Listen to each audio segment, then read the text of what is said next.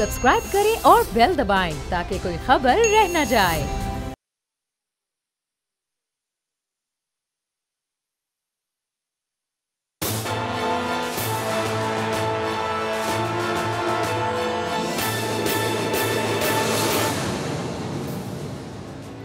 अस्सलाम वालेकुम। प्रोग्राम तज्जिया, मैं हूं अलीना इलियास और आज के इस प्रोग्राम में मेरे साथ मौजूद हैं समी इब्राहिम साहब, एशियन न्यूज़ के ग्रुप एडिटर राना ताहिर साहब, सदीक साजिद साहब और टेलीफोन लाइन पे हमारे साथ मौजूद हैं सीनियर कानूनदान शाह खावर साहब। आज के इस प्रोग्राम में यकीनी सी बात है, हम बात करेंगे फ़ॉरेन फंडिंग केस के हवाले से। इसके साथ साथ एहतजाज करने जा रही है अपोजिशन इलेक्शन कमीशन के बाहर, उस हवाले से भी बात करेंगे। स्टीयरिंग कमेटी का इजलास रहा, वहाँ की क्या कार्रवाई रही उसको भी शामिल गुफ्तगू करेंगे। और इसके अलावा पुलवामा अटैक और पठानकोट के पीछे भारत का हाथ जो सामने आ गया उस पर भी बात करेंगे। जी समी साहब।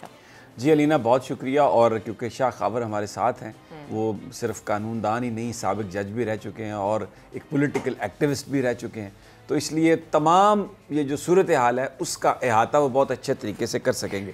शाह खावर, अस्सलाम वालेकुम। शाह साहब, पहले तो ये बात बताएं, ये जो स्पेकुलेशन सरगोशियाँ चल रही हैं कि अगर फंडिंग केस का फैसला तहरीक इंसाफ के ख़िलाफ़ आ गया, पार्टी बैन हो जाएगी, गवर्नमेंट फॉल हो जाएगी, सारे एमएनएस जो हैं they will cease to exist as MNA, इसमें कोई हकीकत है क्या? कानून ऐसे ही उसमें लिखा हुआ है कि ये जो चार्जेस हैं अगर ये प्रूव हो गए तो ये पार्टी इस पर पाबंदी लग जाएगी, या कोई जुर्माना वगैरह होगा, कुछ छोटी मोटी बात होगी, या फिर अगर इनका फैसला आ भी जाए तो इतना टाइम होगा कि हाई कोर्ट में या सुप्रीम कोर्ट में अपील की जा सके? ये ज़रा थोड़ी सी सूरत हाल वाजे करें। आज बहुत मैसेजेस मेरे टेलीफोन पर और बड़ी लोगों की कॉल्स आई। जी समी इब्राहिम, आपने बड़ा अच्छे सवालात किए और इसका वजाहत होना बहुत जरूरी है। अभी आपने जैसे फरमाया कि क्या जो इस वक्त इलेक्शन कमीशन की स्क्रूटनी कमेटी के सामने पीटीआई की जो स्क्रूटनी चल रही है उसकी क्या इम्प्लीकेशंस हैं, वो है क्या? अच्छा, ये बात बिल्कुल लोगों के ज़हन में ये है कि शायद वहां पे कुछ ऐसा होने वाला है कि जिसके नतीजे में पाकिस्तान तहरीक इंसाफ पे जो है वो पाबंदी लग जाएगी, उसके ओहदेदारान जो है वो 4 साल के लिए जो है वो नाअहल हो जाएंगे कोई भी अवामी ओहदा रखने में। ये गलत है और ये एक मिसकंसेप्शन है। असल में बात ये है कि 2 तरह की जो है कार्रवाइयां होती हैं या 2 तरह की फंडिंग्स होती हैं। ये पॉलिटिकल पार्टीज ऑर्डर 2002 था, उसमें भी थी, और अब 2017 का एक्ट है, उसमें थोड़ा सा डिफरेंस है लेकिन उसका थीम एक ही है। उसमें एक चीज ये है कि एक होती है foreign aided political party. Foreign aided political party वो होती है कि जिसके बारे में ऐसे ठोस शवाहिद मौजूद हों कि एक पॉलिटिकल पार्टी ने किसी बैरून मुल्क के गवर्नमेंट से, किसी इदारे से या किसी इंटरनेशनल मल्टीनेशनल कंपनी से या किसी फर्म से जो है वो फंडिंग हासिल की हो, और उसका तरीकाकार बिल्कुल मुख्तलिफ होता है। उसका ये होता है कि जब ऐसी शवाहिद मौजूद हो किसी भी पॉलिटिकल पार्टी के खिलाफ, तो फेडरल गवर्नमेंट की तहकीक करने के बाद उस पार्टी के बारे में एक नोटिफिकेशन इशू करती है कि ये एक फॉरेन एडेड पॉलिटिकल पार्टी है, और उसके 15 दिन के अंदर अंदर उन्होंने एक रेफरेंस जो है वो सुप्रीम कोर्ट ऑफ पाकिस्तान को भेजना होता है। सुप्रीम कोर्ट ऑफ पाकिस्तान फिर फरीकैन को बुला के पॉलिटिकल पार्टी का भी मौकफ सुनने के बाद, शवाहिद इकट्ठे करने के बाद, वो डिक्लेयर कर सकती है कि फलां party foreign aided political party है, और उसको जो है उस पार्टी पे पाबंदी लगा दी जाती है, और उसके जितने भी ओहदेदारान होते हैं उनको आइंदा 4 साल के लिए जो है दे दिया जाता है कोई भी इलेक्टेड ऑफिस होल्ड करने का। तो एक तो मैं बताऊं कि ये बिल्कुल ये वाले किस्सा है नहीं है। दूसरी जो चीज है वो है प्रोहिबिटेड फंड्स, वो है ममनुआ फंड हासिल करना।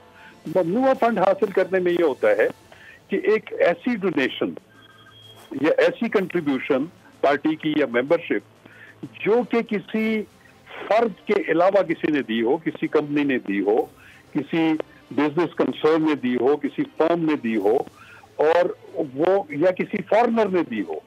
अब यहाँ पे वो ये है कि जो भी पॉलिटिकल पार्टी है उसने हर साल एक ऑडिटेड अकाउंट जो है वो पेश करना होता है कि उनको इस साल में कितने फंड्स जो है जनरेट हुए, उनको कितनी डोनेशंस आई, कितनी मेंबरशिप फीस आई बैरून मुल्क से और अंदर, और उसके कितने अखराजात और अभी उसकी क्या पोजीशन है, तो एक पूरी स्टेटमेंट देनी पड़ती है।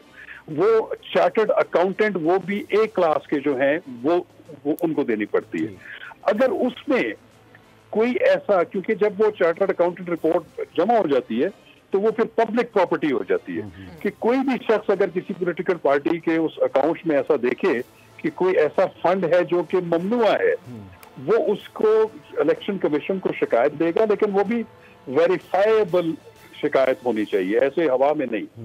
तो उसके बाद इलेक्शन कमीशन खुद या अपनी किसी स्क्रूटनी कमेटी के जरिए उसकी तहकीक करवाएगा। अगर फर्ज करें किसी भी पॉलिटिकल पार्टी का अगर एक साल में अगर समझ लें कि 10 लाख रुपया डोनेशन आई है और उसमें से 50,000 जो है वो इलेक्शन कमीशन के मुताबिक वो ममनुआ है, वो मतलब किसी इंडिविजुअल के जरिए नहीं आई, तो उसका जो बहुत ज्यादा एक्सट्रीम स्टेप होगा इलेक्शन कमीशन के पास कि उस हद तक रकम जो है वो जब्त हो जाएगी।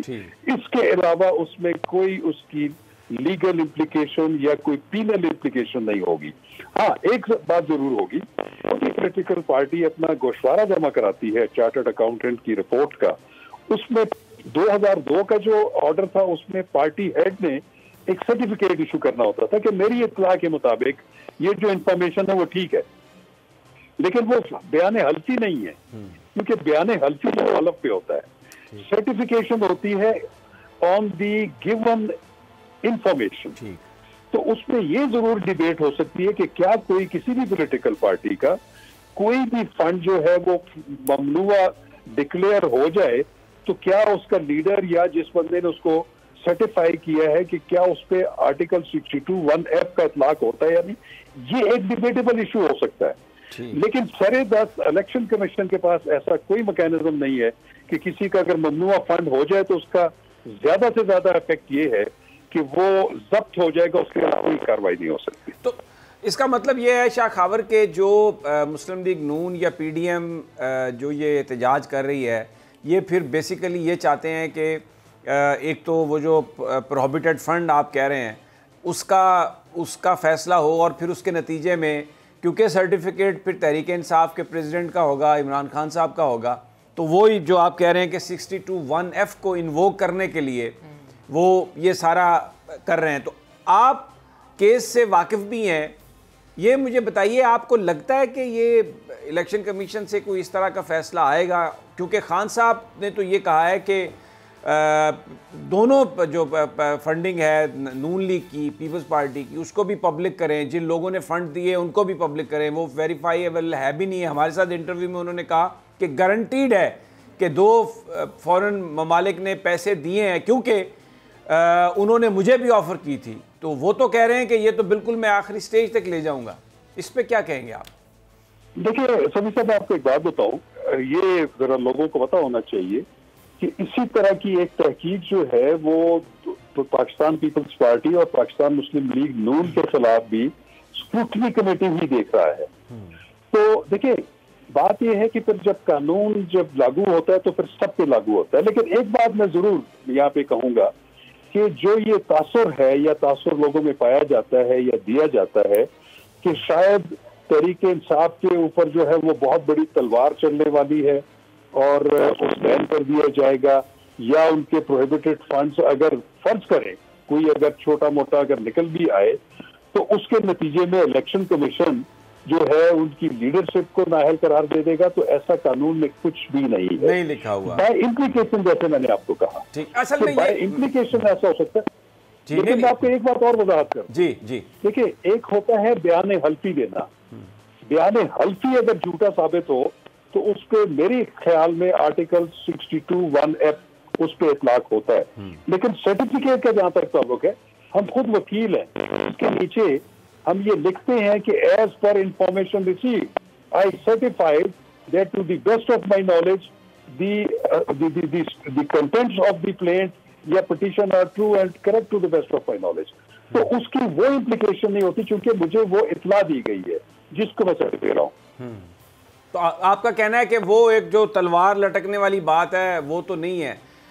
तो फिर ये सारा ऐसी कोई सूरत हाल नहीं। तो फिर ये सारा ड्रामा जो पॉलिटिकल इलेक्शन कमीशन के सामने तकारीर के बस वो फैसला आने वाला है, अच्छा, ये जो स्पेकुलेशन है इसमें एक और भी स्पेकुलेशन शामिल की गई। अब आप, क्योंकि आपके पास 5-4 किस्म के आपकी स्पेशलिटी है, एक ये क्या सराई इस वक्त हो रही है कि क्योंकि शाहिद खाकान अब्बासी बाहर गए थे नवाज शरीफ साहब से, फिर वो जो बातें हुई उसके बाद बस अब एक गेम हो रही है और ये अब तरीक़ाकार ये बनाया जाएगा कि इलेक्शन कमीशन से फ़ैसला करवा लिया जाएगा। आपको पता है पाकिस्तान में जिस तरह की कंस्पिरेसी थी, और नून लीग वाले बड़े इत्मीनान से ये बात कर रहे हैं कि वो मेरे साथ तो कल एक साहब ने पता नहीं इतनी बड़ी अमाउंट का कहा कि शर्त लगा लें। मैंने कहा भाई मेरे पास तो इतने पैसे भी नहीं है और वैसे भी मैं पैसों की शर्त नहीं लगाता, कोई खाने वाने की बात है तो आप कर लें। वो कह रहे हैं जनाब ये आप देखेंगे ये ऐसा फैसला आएगा कि ये सर कलम कर देगा। अच्छा, एक और सवाल मेरा भी ले लें शाह खावर साहब। बेसिकली नवाज शरीफ साहब ये बात कर रहे हैं कि 15 से 16 अकाउंट्स ऐसे हैं जिनकी डिटेल्स नहीं दी जा रही हैं इमरान खान साहब की तरफ से, और जैसे स्क्रूटनी कमेटी है उसकी एक लिमिट, एक टाइम जो था वो मुकर्रर किया गया था, मैं क्या 30 डेज़ थे या इससे ज़्यादा थे, तो इसका कोई इंप्रेशन या इम्पैक्ट नहीं आता सर जब इस तरह की चीजें होती हैं? देखिए मेरी एक बात सुने, देखिए बात ये जहाँ तक ये अकाउंट्स को ना जाहिर करने वाली बात है, ये भी मेरे इल्म में है कि ऐसा कोई इशू नहीं है। उसकी वजह ये है कि इलेक्शन कमीशन ने या उनकी जो स्क्रूटनी कमेटी है उन्होंने अपने तौर पर भी स्टेट बैंक ऑफ पाकिस्तान से पीटीआई के जो अकाउंट्स हैं जिसमें ट्रांजेक्शन होती रही है या हो रही है वो सारे उनके पास मौजूद है। इसी तरह जब उन्होंने पीटीआई से भी ये अकाउंट्स मांगे थे तो उन्होंने भी लिस्ट दी हुई है। अब उसमें जो कुछ एक तासर ये दिया जा रहा है कि कुछ अकाउंट शायद पीटीआई ने छुपाए हैं, वो छुपाए हरगिज नहीं है। वो कुछ ऐसे अकाउंट्स हैं पाकिस्तान तहरीके इंसाफ के किसी अपने तौर पर किसी ने अकाउंट खोला था, या वो एक इररेलेवेंट अकाउंट है जो कि प्रॉपर कानूनी तकाजे पूरे होने पर सिर्फ उसमें पीटीआई का नाम किसी ने यूज किया है। लेकिन ऐसे जो भी अकाउंट है उसमें किसी किस्म की कोई मॉनेटरी ट्रांजैक्शन मौजूद नहीं है, वो डॉर्मेंट है, उसको पीटीआई ऑन नहीं करती। तो इसलिए इसमें मैं ये समझता हूँ कि जो चार्टर्ड अकाउंटेंट रिपोर्ट जो हर साल मैं अर्ज कर रहा हूँ वो आप छुपा सकते ही नहीं चार्टर्ड अकाउंटेंट से, क्योंकि वो जो चार्टर्ड अकाउंटेंट की जो रिपोर्ट है सालाना, इनके ऑफिशियल हैं, बैरून मुल्क हैं या अंदरून मुल्क हैं, वो बिल्कुल नोटिफाइड हैं, वो बिल्कुल जाहिर हैं, और उसका जिक्र जो है उनके अंदर जो ट्रांजैक्शंस हैं उसी की बेसिस के ऊपर चार्टर्ड अकाउंटेंट ने वो जो है वो चार्टर्ड अकाउंटेंट रिपोर्ट जमा कराई हुई है, जो कि पब्लिक प्रॉपर्टी है। कोई भी 50 रुपया देकर वो हर साल की आप किसी भी पॉलिटिकल पार्टी की वो चार्टर्ड अकाउंटेंट की जो रिपोर्ट है आप फॉर्म P1 में वो ले सकते हैं। तो इसलिए मैं नहीं समझता कि इसमें ऐसा कोई तासुर है कि इन्होंने कोई अकाउंट छुपाए, अकाउंट छुप भी नहीं सकते। ठीक है, बहुत बहुत शुक्रिया शाह खावर, आपने बहुत सारी चीज़ों को क्लियर किया। सदीक साजिद साहब, आपने ये बात सुनी शाह खावर साहब की, आप आज सारा दिन पीडीएम के इर्द गिर्द मुंडलाते रहे, उनकी क़यादत की वो भी पूरी खबरें सुनते हैं, और ख़ास तौर पर वो जो खाने आज फिर खाए गए हैं ऐसे ज़बरदस्त चेहरे पे रौनक दिखाने की, वो तो बस मैं क्या अर्ज़ करूँ। तो ये तो फिर कहानी कुछ भी नहीं है, तो ये क्या है? ये चाय की प्याली में एक तूफ़ान बर्पा करने की कोशिश है।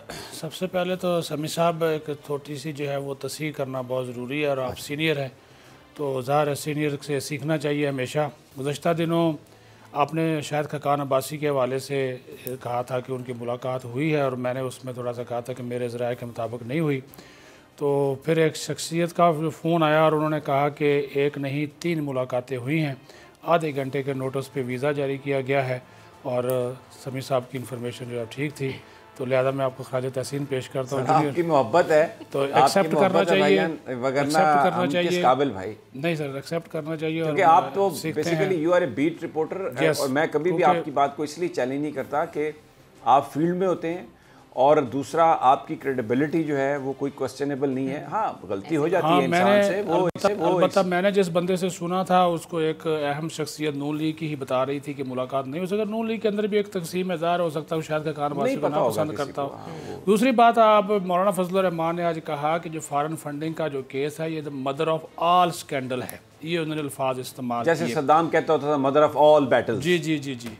तो उसी तरह है लेकर अब शाह खावर साहब की गुफ्तगू सुनने के बाद तो फिर ये चीज़ हो गई है कि ये वाकई जो आप बात कर रहे हैं कि चाय की प्याली में तूफ़ान वाली बात है, लेकिन वो फिर इसको तो कल बुनियाद ही उनकी जो कल का एहतजाज है इसी को लेकर जो है वो आगे बढ़ रहे हैं कि कल हम फॉरेन फंडिंग केस का शायद फ़ैसला लेकर उठेंगे। हालांकि फ़ैसले के लिए तो आपको पता है 20 तारीख उन्होंने दी हुई है ऑलरेडी कि हम महफूज फ़ैसला जो है 20 तारीख को जो है वो सुनाएंगे। और ये भी एक मेरे लिए भी हैरत की बात है कि शाह खबर साहब कह रहे हैं कि अगर ये फ़ैसला आ भी गया तो इसका ये मतलब नहीं कि हुकूमत चली जाएगी या इससे कुछ इस किस्म के जो है वो असरात होंगे। इसमें जो असल जो पॉइंट उन्होंने रेज़ किया ना राना साहब, आप इस पर, क्योंकि आपने कानून एज ए सब्जेक्ट पढ़ा हुआ है, आप लॉ की डिग्री आपके पास है, जो उन्होंने बात कही है ना कि एक है सर्टिफिकेट, वो एक जो गिवन इंफॉर्मेशन है उसकी बुनियाद पे दिया गया, एक है बयान हल्फी। बयान हल्फी जो है अगर वो गलत साबित हो जाए तो फिर आप ये समझते हैं कि ये 62(1)(f ये बेसिकली मेरा यही केस है जो फवाद चौधरी के हवाले से किया हमने, जिसको अदालत अभी टेकअप नहीं कर रही, ज़ाहिर है प्रेशर होगा और केसेस का जब भी बारी उसकी आएगी, कि जो आप ओथ टेकिंग जो आपने हल्फनामा दिया है इलेक्शन कमीशन में, अगर उसमें आपने अपनी कोई प्रॉपर्टी छुपाई है, चाहे वो कोई अकाउंट है या उसके बारे में कोई गलत इंफॉर्मेशन दी है, तो उसकी खिलाफ वर्जी जो है वो 62(1)(f में आ जाएगी। लेकिन जो सर्टिफिकेट है, अभी शाखावर साहब भी ये कह रहे थे, उसकी जो खिलाफ वर्जी है वो शायद 62(1)(f के ज़ुमरे में नहीं आएगी, क्योंकि वो गिवन इंफॉर्मेशन की बुनियाद पर एक सर्टिफिकेट है। आपका क्या ख्याल है? You are a law graduate. Sameer साहब देखें, बात यह है, शाह खबर साहब बहुत सीनियर कानूनदान हैं और उन्होंने जो बात की वो 100% सही है कि 62(1)(f जो है उसके लिए तभी कोई बंदा जा सकता है अगर किसी ने कहीं झूठा बयान हल्फी दाखिल किया हो। अगर जो जैसे शाह खबर साहब ने बिल्कुल सही बताया कि ये जो सर्टिफिकेट होता है देते हैं कि जी ये गिवन इंफॉर्मेशन है, तो उस बुनियाद पर आप उनके खिलाफ 62(1)(f की कार्रवाई नहीं कर सकते। समीर साहब बात ये है, राना साहब 40,000 बंदों की लिस्ट है पीटीआई की, जिन लोगों ने पीटीआई को फंड दिए, उनके टेलीफोन नंबर, उनके एड्रेसेस सब कुछ मौजूद हैं। जबकि जो पीपल्स पार्टी और उसके मुकाबले में जो नून लीग की फंडिंग है उनके पास कवायफ ही नहीं है।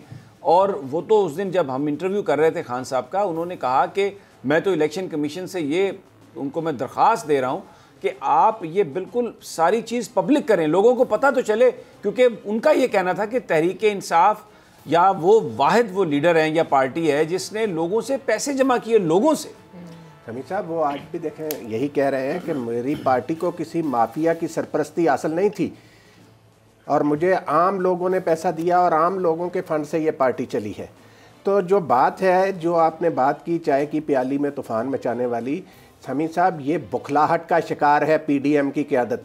इन्होंने नारे इतने पता इनको इनके साथ नहीं है। नहीं कानूनदान राना साहब ये देखिए एक चीज़, अब जो अपोजिशन है उसने अपनी पॉलिटिक्स तो करनी है ना। आपका क्या ख्याल है कि वो इतने को बेवकूफ़ है, उन्हें नहीं पता होगा कि ये क्या है, लेकिन अगर वो ये काम ना करें तो उनके जो साथी हैं वो कैसे रहें उनके साथ, अगर वो उम्मीद ना दिलाएं अपने कोई भी पार्टी जो है।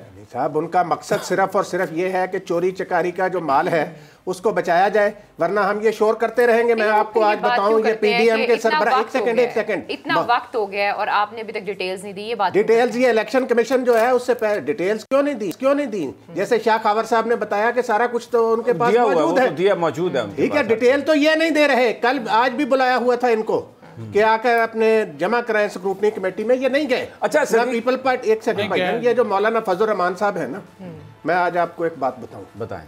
एक ब्रीफिंग के दौरान ना पिछले दौर में वहां पे मौलाना फजल रहमान साहब बहुत उछल के बात कर रहे थे। वो तो खासे वजनी है, उछल कहाँ से? तो एक वहां पे आपका मतलब है बड़े जोर शोर से। आजकल काफी स्मार्ट ऑफिसर रिटायर हो चुके हैं, उन्होंने कहा मौलाना आराम से, जो कुछ लीबिया और बाकी जगहों से माल मिलता रहा है ना, वो किसी वजह से मैं अभी चुप हूँ, वो सारा कुछ पता है, वो मैं बता देता हूँ सारा। उसके बाद मौलाना साहब जो है ना, बिल्कुल बात इमरान खान साहब ने कही, उन्होंने कहा कि मुझे गारंटीड है, मुझे पता है कि 2 मुल्कों ने इनको पैसे दिए हैं, और साथ उन्होंने ये भी कहा कि मैं इसलिए कह रहा हूँ क्योंकि मुझे भी उन्होंने ऑफर किए थे। तो फिर सदीक साजिद, आपने किसी से पूछा आज कि ये जो आपका जो फंडिंग का मामला है मुस्लिम लीग नून का, उसके हवाले से वो तो बातें आ रही हैं कि आप इंफॉर्मेशन नहीं दे रहे, इस पर कोई बात की आपने? इसके ऊपर जब बात की गई तो मौलाना का ये जवाब था, मरियम नवाज़ से भी ये सवाल हुआ था, लेकिन वो तो नहीं बोली। बता मौलाना ने उनका जवाब उचक लिया, यानी कि उनके जवाब देने से पहले ही कह दिया। उन्होंने कहा ये ऐसे ही है कि एक कत्ल हो जाए, उसका केस दर्ज कर लिया जाए, उसके ऊपर फिर क्रॉस पर्चा आ जाए। उन्होंने ये एक उन्होंने वजह बयान की, यानी कि उनके पास इसका कोई माकूल जो है वो जवाब नहीं था। बात है क्रॉस पर्चे। हाँ जी, उन्होंने चूँकि हमने पहले तफसील मांगी हुई थी, तो लिहाजा इन्होंने हम पे जी पहले ये तफसील देंगे तो फिर हम जो है वो तफसील देंगे। असल में इनको भी मालूम बात ये है समी साहब कि ये जो आप उम्मीद की बात कर रहे हैं ना, ये उम्मीद को इतना आगे ले गए हैं कि अब इनको खुद भी समझ नहीं आ रही कि अब हमने इस उम्मीद को कितना आगे लेकर जाना है। मुझे नून लीग के लोगों ने, आप यकीन करें मेरे साथ, उन्होंने कहा समी साहब आप अपनी खैर मनाएं, ये गवर्नमेंट जाने वाली है, ये तो इलेक्शन कमीशन का फैसला आएगा और तरीके इंसाफ पे पाबंदी लग जाएगी, ये तो फैसला हो चुका है, पता नहीं कहां फैसला हो चुका है। एक चीज तो आज पीडीएम ने खुद मान ली। इन्होंने कहा था 31 जनवरी तक हम उनको देते हैं डेडलाइन। 31 जनवरी अभी आनी है, उस डेडलाइन में आने में अभी तकरीबन 2 हफ्ते बाकी हैं। लेकिन आज पीडीएम ने फरवरी में जलसे जुलूसों के शेड्यूल का एक नया अनाउंसमेंट कर दी है कि 21 जनवरी को भी या फिर 5 फरवरी को भी, पूरा फरवरी उन्होंने जलसे और एहतजाजी दर। इसका मतलब है कि 31 जनवरी को हुकूमत मुस्ताफ़ी नहीं हो रही, उनका ये मुतालबा रद्द कर दिया जाएगा और ये फिर आगे जलसे जुलूसों पे जाएंगे। फिर मौलाना ने कहा कि जब हम ये फरवरी में जलसे जुलूस कर लेंगे तो उसके बाद फिर जाकर हम लॉन्ग मार्च का ऐलान करेंगे। अब एक बात और जो है वो आपको बताने की है, मुझे लगता है ब्रेक के बाद कर लीजिएगा, क्योंकि इसने अलीना ने हिलना जुलना शुरू कर दिया, पीछे से प्रोड्यूसर ने कहा ब्रेक का टाइम हो गया। हाँ जी प्रोग्राम में वक्त तक है, जब ब्रेक से वापस आते हैं इस पर मज़ीद भी बात करते हैं। Stay with us.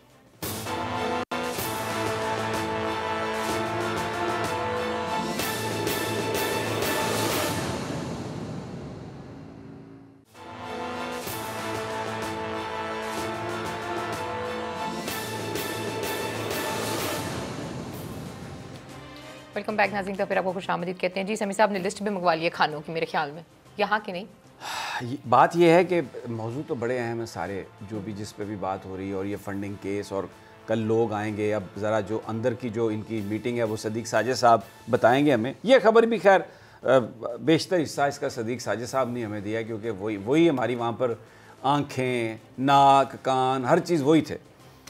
जनाब खाना, अब ये मैं ये इसलिए बात कर रहा हूँ मैं कि आप यकीन करें कोई तज़हीक के लिए नहीं, जो बंदा खुद इतना अच्छा खाना खा रहा है उसको किसी गरीब आदमी की भूख का क्या अंदाज़ा होगा जिसके पास एक टाइम की रोटी नहीं है।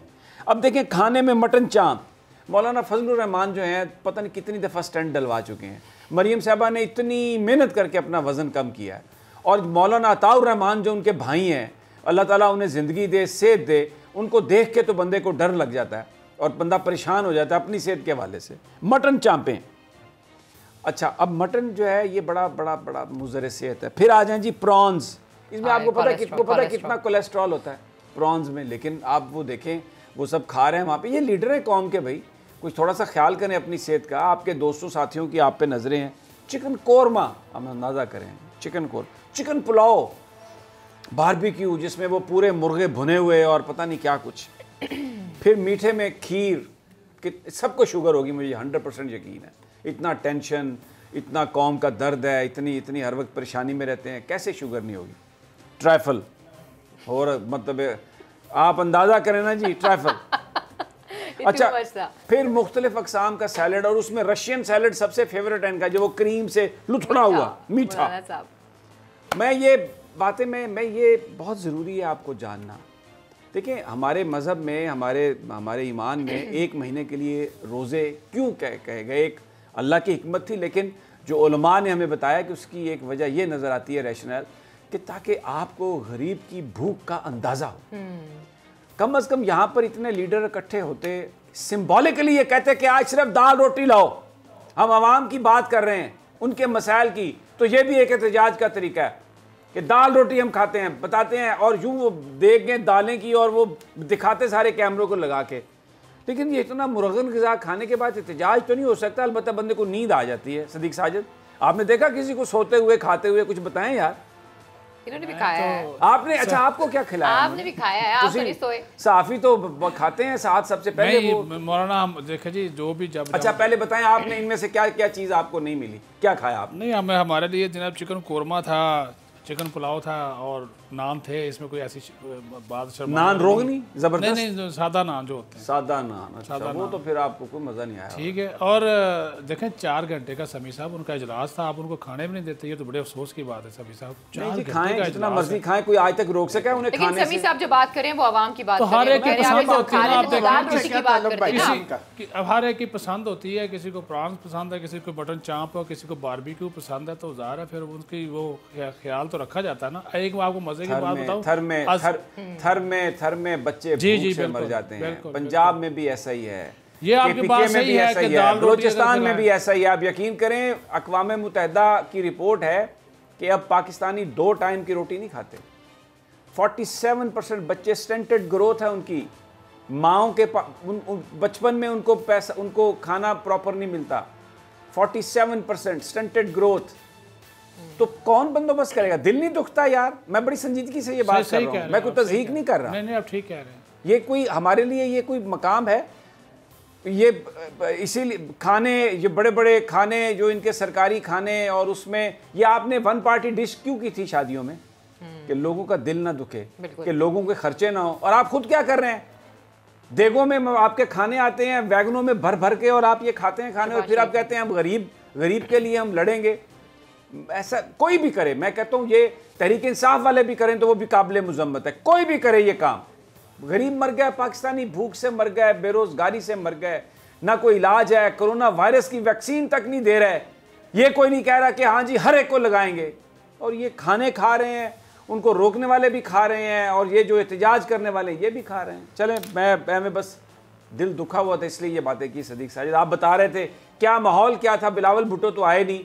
जब मरियम साहबा से पूछा तो उन्होंने कहा जी कि वो तो स्टीयरिंग कमेटी के मेंबर नहीं है। बिलावल ने भी यही बोला। तो उन्होंने कहा कि जी, रिपोर्टर ने बड़ा ज़बरदस्त सवाल किया कि जनाब आप भी तो नहीं है मेंबर। तो उन्होंने कहा कि मैं तो, मुझे तो स्पेशल इन्विटेशन पे। तो बिलावल के लिए स्पेशल इन्विटेशन नहीं आ सकती थी सदीक साहब? अच्छा, अभी आप फिर सुन लें, मैं अभी सुनाए ना प्लीज, सुन लीजिए। अच्छा जी, जो स्टीयरिंग कमेटी है इसका जो कन्वीनर हैं वो है एहसन इकबाल साहब। इसके मौलाना फजल रहमान भी मेंबर नहीं है। ओहो, ठीक है। और जब इजलास शुरू हुआ तो कन्वीनर मौजूद नहीं था, उनके बगैर शुरू हुआ। वो इलेक्शन कमीशन में जो फॉरेन फंडिंग का केस है, तो कन्वीनर साहब वहाँ पे मसरूफ़ है, वो तो करीब घंटे 1.5 घंटे बाद आए। एक तो मौलाना फजल रहमान भी इसके मेंबर नहीं है। मरियम नवाज़ को दावत किसने दी? मौलाना फजल रहमान है, कन्वीनर ने नहीं दी, मौलाना फजल रहमान ने दावत दी। ठीक है, जिन्होंने कहा जो उनकी मैं खुद मेंबर नहीं, जो खुद भी मेंबर नहीं। अब बिलावल भुट्टो का तो उन्होंने कह दिया कि वो मेंबर नहीं है, इस वजह से उनको नहीं बुलाया गया। आप खुद खुसूसी दावत पर आई हैं, और एक ऐसे शख्स की दावत पर आई हैं जो खुद मेंबर नहीं हैं। PDM के सरबराह हैं, स्टीयरिंग कमेटी के जो कन्वीनर हैं वो एहसन इकबाल हैं।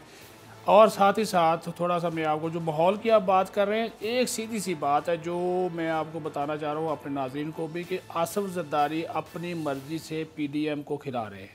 ये जो फरवरी का शेड्यूल आया ना, ये पीपल्स पार्टी की जानब से आया है, और PDM ने इसके ऊपर ठप्पा आज लगाया है। और जो बॉडी लैंग्वेज है उससे ये चीज़ नज़र आ रही है कि आसिफ जरदारी ने शायद मौलाना को भी मना लिया है और नवाज शरीफ को भी मना लिया है। इसी वजह से जो आप बात कर रहे हैं, फिर वो ये उम्मीद को इतना तवील किए जा रहे हैं, तो फिर वो हुकूमत को तो फिर कोई फ़र्क नहीं, उनके अपने कारकुन इनका शायद जो है वो इतना साथ ना देंगे। आज जो मरियम नवाज़ ने मीटिंग की ना, जाने से पहले एक मशावरती मीटिंग, अब आप देख रहे हो, वो कह रही जी 2 लाख कारकुन लेकर आने हैं अपने पिंडी इस्लामाबाद से। 2 लाख। कितने? 2 लाख पिंडी इस्लामाबाद से 2 लाख जी। ये हनीफ अब्बासी, सरदार नसीम और बाकी जो लोग हैं कि कम अज़ कम 2 लाख कारकुन लेकर आने हैं। तो ये तो कल फिर बहुत बड़ा सीन हो जाएगा। अगर इतनी तैयारी उन्होंने की है, चले 2 लाख ना सही 40-50 हज़ार तो आ ही जाएंगे। अब ये देख लीजिए कि ये एक टारगेट उनको दिया गया। दूसरी बात, आज रद्द कर दिया गया, मुख्तसर बात करता हूँ, कि जो ये जो बिलावल भुट्टो जरदारी ने कहा था तरीके अदम एतमाद वाला, तो मरियम नवाज़ ने बिटवीन द लाइन ये मैसेज भी दिया और उन्होंने बात भी की। उन्होंने कहा देखिए, जो गैर जमहूरी कुव्वतें इस हुकूमत का साथ दे रही हैं, अगर हम तरीके अदम एतमाद लेकर आएंगे और उन्हीं कुव्वतों ने इस हुकूमत को बचा लिया, तो फिर हमारी जद्दोजहद जमहूरी तो ना हुई। फिर पहले उन कुव्वतों को अलग करना पड़ेगा, वो इससे मुदाखलत ना करें, फिर उसके बाद तरीके अदम एतमाद का सोचा जाए। मौलाना का भी यही मौक़िफ़ था, लेकिन ले दे के उन्होंने डाल दिया जी इसका फ़ैसला PDM के सरबराही इजलास में किया जाएगा, जो कि मतवक्के है 4 फरवरी को। उसकी तजवीज़ भी मौलाना फजल रहमान ने जो है वो खुद दी है। अब जो सिक्योरिटी थ्रेट थे, एक लेटर पढ़कर मौलाना फजलुर रहमान ने सुनाया, वो खबर भी हमने ही सबसे पहले ब्रेक की थी। और उसके बाद ये फिर फैसला हुआ कि मरीम नवाज़ अब नवाज शरीफ पार्क से लीड नहीं करेंगी, कश्मीर चौक पे सब इकट्ठे होंगे। मौलाना फजलुर रहमान मोटरवे चौक से लीड नहीं करेंगे, दूसरे और तीसरे दर्जे की क़यादत, रैलियों की क़यादत करते हुए कश्मीर चौक में सब इकट्ठे होंगे, कंटेनर तैयार होगा और फिर वहाँ से ये इलेक्शन कमीशन की जानब जाएंगे। तो ये मुझे बताइए कि ये तो फिर जो अभी आप बता रहे हैं बात कि 2 लाख बंदे और ये इधर जो इस्लामाबाद की एडमिनिस्ट्रेशन है ये प्रिपेयर है, क्योंकि अगर 2 बंदे कह रहे हैं वो, उसमें से अगर 25% भी आ जाएं तो वो तो नैब की बिल्डिंग को भी उखाड़ देंगे और वो तो सारा एक अजीब समा हो जाएगा यहाँ पे। तो सर जी बात देखिए, पहली बात राना साहब, अमीन साहब देखें, बात ये है नहीं, अगर मरीम साहिबा की 2 लाख की तैयारी है, मरीम साहिबा की किस बात पे एतबार किया जा सकता है? यानी उन्होंने ये कहा मेरी बरतानिया तो क्या, पाकिस्तान में भी कोई जायदाद नहीं। वो झूठ बोलने की चैंपियन है। इसी तरीके से ये भी एक दीवाने की बढ़ है। इससे ज़्यादा इसकी कोई कल पता चल जाएगा ना कि कितने लोग आते हैं।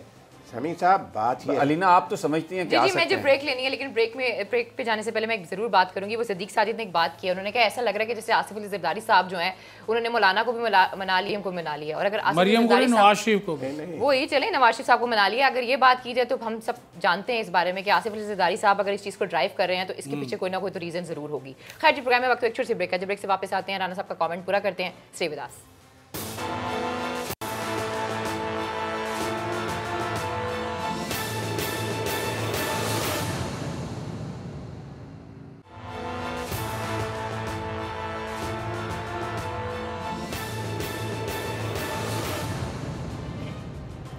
वेलकम बैक नाज़रीन, फिर आपको खुशामदीद कहते हैं। जी राना साहब अपना कमेंट पूरा करें आज की स्टीयरिंग कमेटी के ऊपर। देखिए, स्टीयरिंग कमेटी जो है ना, ये कहते तो इमरान खान को है, वो स्टीयरिंग कमेटी एक कठपुतली कमेटी है।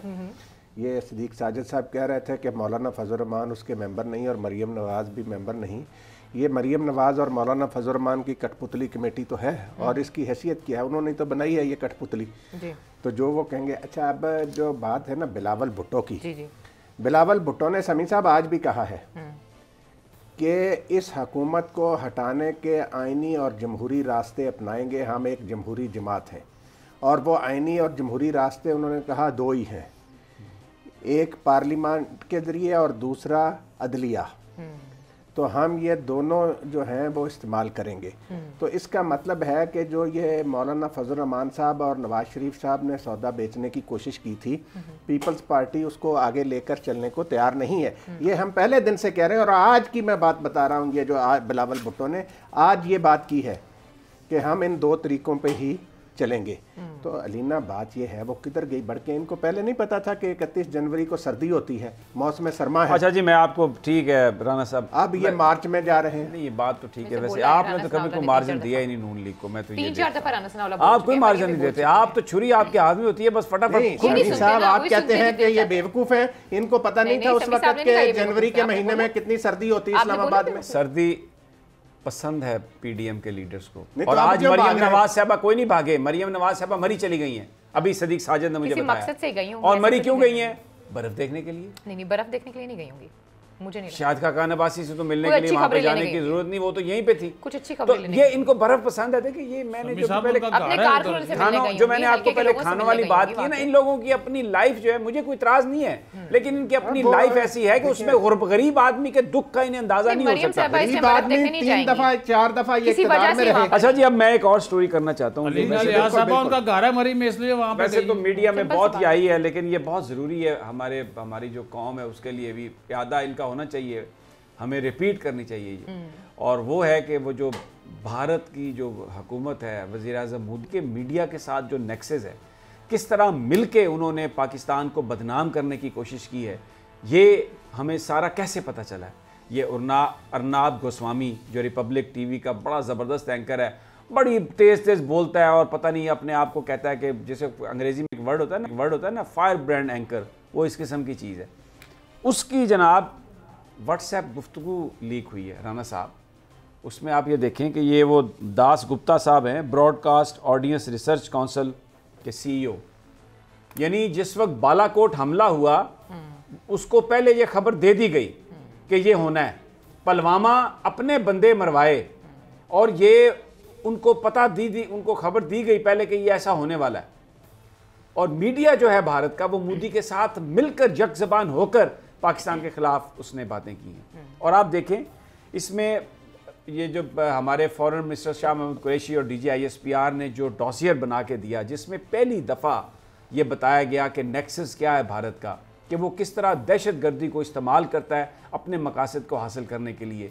दहशत गर्द तंजीमों का एक सिंडिकेट बना के उनके साथ उसने भारत का एक अपना जोड़ा हुआ है सिलसिला नाता उसके साथ। और इसमें आप याद करें, ये वज़ीर-ए-आज़म इमरान खान ने यूनाइटेड नेशन जनरल असम्बली में जो तकरीर की थी उसमें ये कहा था कि ये फैसिस्ट हैं, और ये जो RSS है ये वो तंजीम है जो जर्मनी की नाजी जो तंजीम है उस अंदाज में काम कर रही है। और वो जो बातें उस डॉसियर में दी गई थी वो आज सच साबित हो गई सारी की सारी। ये अर्नाब गोस्वामी रेटिंग्स के लिए और इंडिया के अंदर जो पाकिस्तान के हवाले से जज्बात उभारने के लिए मुसलमानों के ख़िलाफ़ मीडिया को यूज़ करता है। और फिर आप देखें इसी में कि वो जो यूरोपियन यूनियन डिसइंफो लैब, उसने वो कैसे उनकी वो जो सारी फाइंडिंग सामने आई है कि भारत NGOs जाली बनाई हुई हैं, दानिश्वर जाली बनाए हुए हैं, मीडिया को पैसे देते हैं और एक मखसूस किस्म का प्रोपेगेंडा उन्होंने हमेशा किया है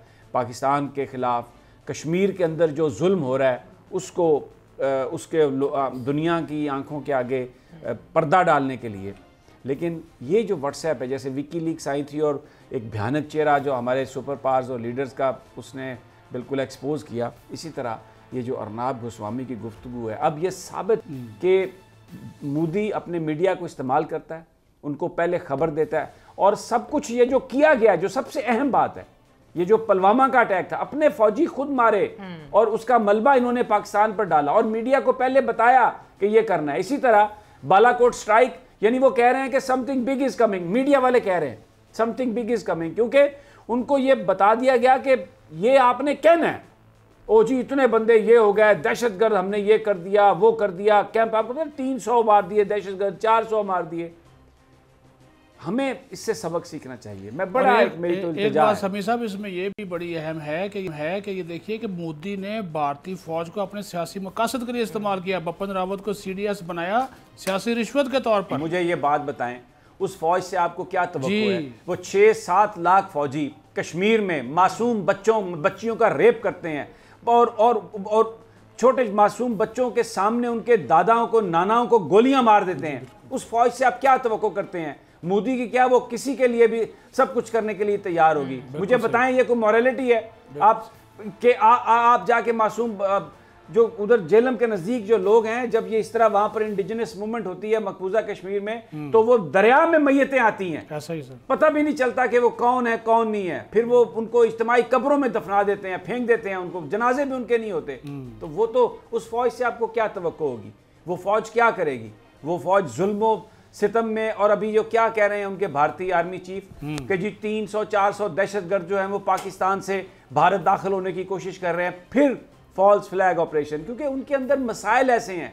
इकोनॉमी बर्बाद है, कोरोना ने बर्बाद की, लॉकडाउन, 6 अलहदगी की तहरीकें, वहाँ पर इंडिया जो मशरकी पंजाब में जो किसानों की तहरीक है, वहाँ से तवज्जो हटाने के लिए वो पाकिस्तान को बदनाम करते हैं, मुसलमानों पर जुल्म करते हैं। ये मैं नहीं कह रहा, ये बराक ओबामा अपनी किताब में कह रहा है। और उसको किसने कहा? ये मनमोहन सिंह ने कहा, जो भारत का साबिक वज़ीर आज़म है, कि अभी भी इंडिया में हम पाकिस्तान के हवाले से प्रोपेगेंडा करके तो पूरी कौम को मुत्तहद करने की टेंडेंसी जो है ये बीजेपी में है। तो ये हम नहीं कह रहे, ये तो पूरे का पूरा एक्सपोज हो गया, पूरे का पूरा।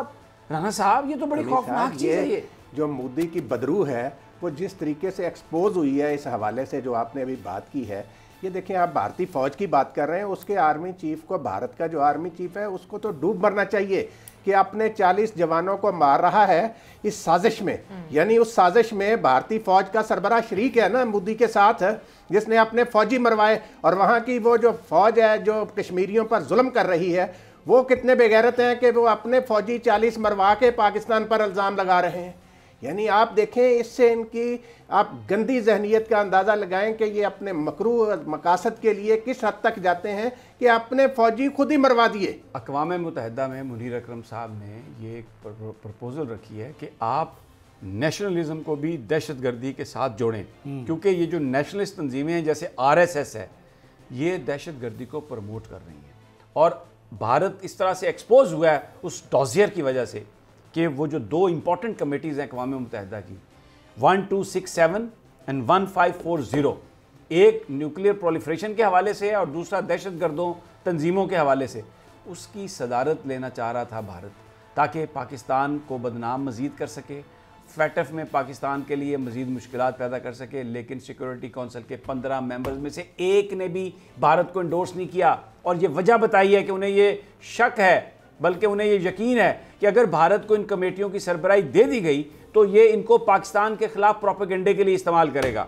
तो ये देखें, जब ये इस गवर्नमेंट ने आके DGISPR फॉरेन मिनिस्टर मिल के उन्होंने वो डॉसियर दिया विद एविडेंस कि ये कर क्या रहे हैं, किस तरीके से ये दहशतगर्द तंजीमों को जुड़े हुए हैं, बलूचिस्तान में पैसे दे रहे हैं। करीमा बलोच कनाडा में वो हलाक हुई, अल्लाह उसे जन्नत नसीब करे, पाकिस्तानी थी, लेकिन ये इल्ज़ाम लगा दिया गया पाकिस्तान की एजेंसीज पर। अब ये इनका media, this is what they are doing. Modi media को इस्तेमाल कर रहा है पाकिस्तान को, पाकिस्तान की फौज को बदनाम करने के लिए, और यहाँ जो मोदी के चेले उसके लिए इस्तेमाल हो रहे हैं पाकिस्तान में। अल्लाह उन्हें हदायत दे। मुझे लगता है ब्रेक नहीं, अच्छा नहीं, आप बात कंप्लीट करें, प्रोग्राम का वक्त खत्म हो रहा है, ब्रेक हटाइए। हाँ, अच्छा, सॉरी। ये सारा क्रेडिट जो है ना, ये जाता है आपकी पाक फौज को और वजीर आजम इमरान खान को, और जनरल कमर जावेद बाजवा जो पाक फौज के सिपा सलाह रहे हैं कि ये भारत का मकरूज चेहरा दुनिया के सामने बेनकाब किया।